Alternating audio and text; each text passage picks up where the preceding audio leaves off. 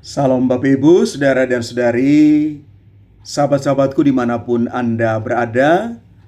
Hari ini gereja merayakan pesta penampakan Tuhan, pesta Epifani. Refleksi permenungan kita hari ini diambil dari Injil Matius, bab 2 ayat 1 sampai dengan 12. Sesudah Yesus dilahirkan di Betlehem di tanah Yudea pada zaman Raja Herodes, datanglah orang-orang Majus dari timur ke Yerusalem dan bertanya-tanya, di manakah dia, raja orang Yahudi yang baru dilahirkan itu? Kami telah melihat bintangnya di timur dan kami datang untuk menyembah dia. Ketika Raja Herodes mendengar hal itu, terkejutlah ia beserta seluruh Yerusalem. Maka dikumpulkannya semua imam kepala dan ahli Taurat bangsa Yahudi, lalu dimintanya keterangan dari mereka, di mana Mesias akan dilahirkan. Mereka berkata kepadanya, di Betlehem, di tanah Yudea, karena demikianlah ada tertulis dalam kitab suci. Dan engkau, Betlehem, tanah Yehuda, engkau sekali-kali bukanlah yang terkecil di antara mereka yang memerintah Yehuda. Karena daripada mula akan bangkit seorang pemimpin yang akan menggembalakan umatku Israel. Lalu dengan diam-diam Herodes memanggil orang-orang Majus itu, dan dengan teliti bertanya kepada mereka, bila mana bintang itu nampak. Kemudian ia menyuruh mereka ke Betlehem. Katanya, pergilah dan selidikilah dengan saksama hal-hal mengenai anak itu. Dan segera sesudah kamu menemukan dia, kabarkanlah kepadaku, supaya aku pun datang menyembah dia. Setelah mendengar kata-kata raja itu, berangkatlah mereka, dan lihatlah, bintang yang mereka lihat di timur itu mendahului mereka hingga tiba dan berhenti di atas tempat di mana anak itu berada. Ketika mereka melihat bintang itu, sangat bersukacitalah mereka. Maka masuklah mereka ke dalam rumah itu dan melihat anak itu bersama Maria ibunya, lalu sujud menyembah dia. Mereka pun membuka tempat harta bendanya dan mempersembahkan persembahan kepadanya, yaitu emas, kemenyan, dan mur. Dan karena diperingatkan dalam mimpi, supaya jangan kembali kepada Herodes, maka pulanglah mereka ke negerinya melalui jalan lain. Demikianlah sabda Tuhan, terpujilah Kristus.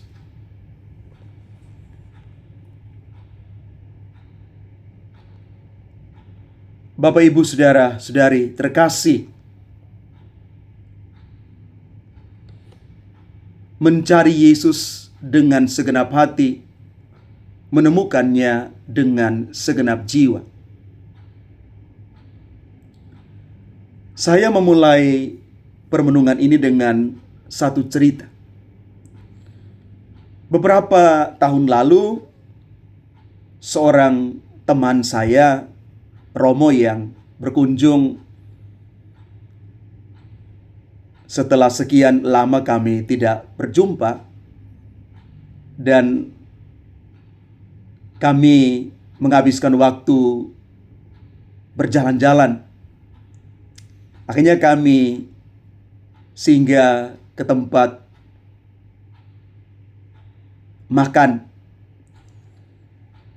Dan dalam perjalanan, entah kenapa tiba-tiba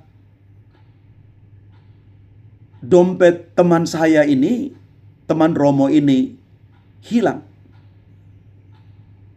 Ya, di mall yang besar seperti itu, kami menjadi panik, menjadi bingung, apalagi Romo ini. Berjam-jam dia membongkar tas, bertanya kepada satpam, dan sama sekali dia tidak menemukan dompetnya.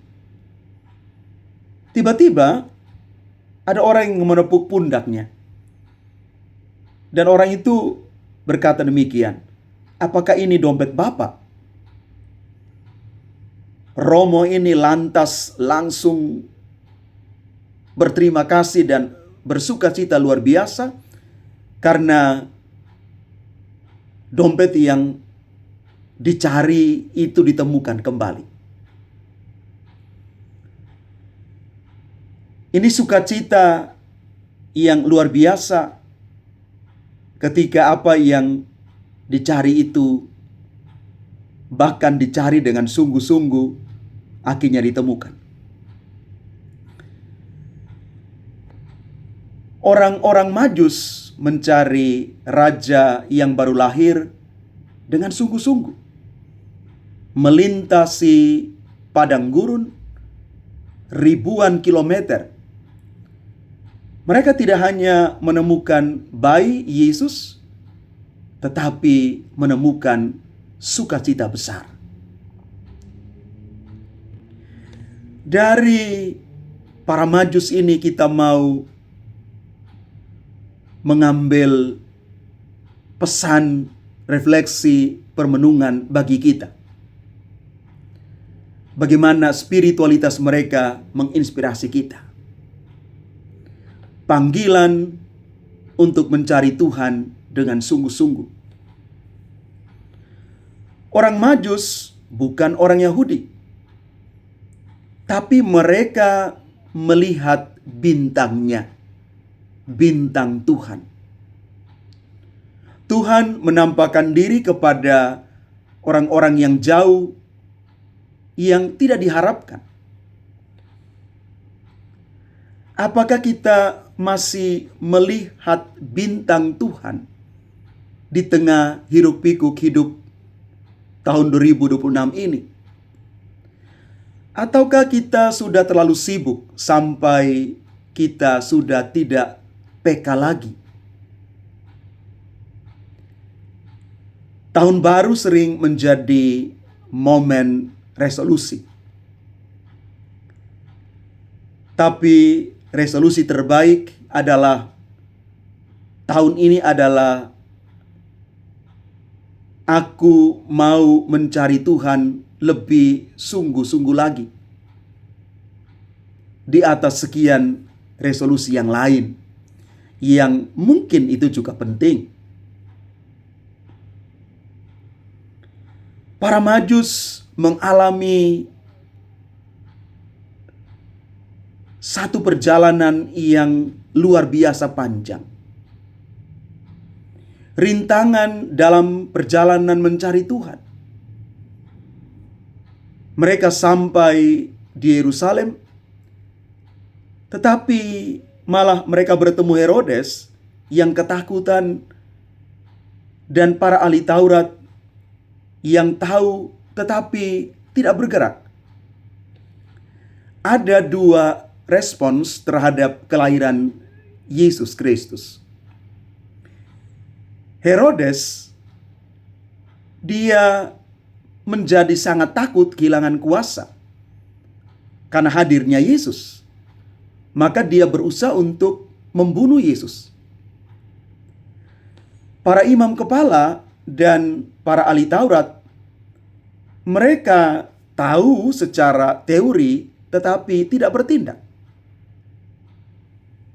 Orang-orang Majus, mereka tahu sedikit tapi berani melangkah maju. Pertanyaan untuk kita. Kita ini lebih mirip Herodes, ahli Taurat, atau orang Majus? Tahun 2026 pasti akan ada juga Herodes kecil dalam hidup kita. Kenyamanan, rasa takut, kegagalan, gengsi, kemalasan rohani, dan lain sebagainya. Kita masih akan berjuang dengan Herodes kecil kita. Tetapi kita mau belajar dan melompat lebih jauh. berkaca dari para Majus. Ketika kita menemukan Tuhan, ada sukacita dan persembahan yang kita bawa. Di dalam ayat 10 ditulis dengan sangat jelas, maka sangat bersukacitalah mereka. Dan sukacita terbesar dalam hidup adalah saat bertemu dengan Kristus secara pribadi. Para Majus bersukacita karena mereka boleh menyaksikan hadirnya Kristus Yesus. Sukacita karena perjuangan mereka untuk bertemu dengan Yesus itu membuahkan hasil. Maka kalau ada sukacita karena menemukan Tuhan, orang mempersembahkan apa yang dia punya. Para Majus mempersembahkan 3 persembahan yang sangat bermakna. Emas mengakui Yesus sebagai Raja. Kemenyan mengakui Yesus sebagai Allah yang layak disembah.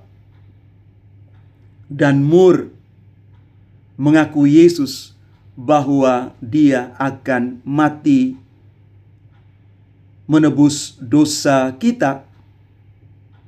Dia akan menjadi juru selamat yang mengorbankan diri bagi kita. Maka mur biasa dipakai untuk mengurapi jenazah. Sukacita dan persembahan yang nyata, yang konkret, yang dipersembahkan keluar dari pengalaman personal perjumpaan kita dengan Tuhan. Maka kita boleh bertanya, tantangan konkret bagi kita di tahun ini. Apa emas, kemenyan, dan mur versi kita tahun ini? Emas, waktu, talenta, harta yang kita punya.